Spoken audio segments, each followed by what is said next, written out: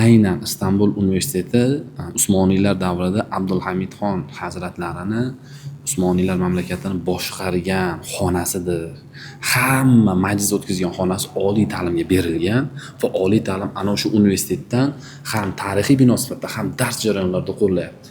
Shu o'rinda aytib o'tishimiz kerak, aynan Ankara universitetining ham o'ziga xos tarzda hayratga solgan qismi tarixiy muzeylar universitetga berilgan.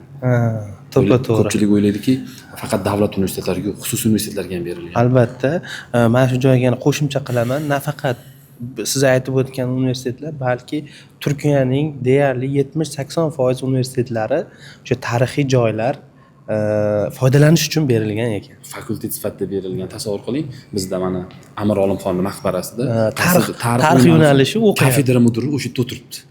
Tarix yo'nalishli talabalar o'sha yerda ham nazariy ham amaliy bilimlarni birga olishyapti. Bizda bu yerda bunday maqbaralardan men ikkitasini bilaman, dars bo'ladi, 3tasini bilar ekanman.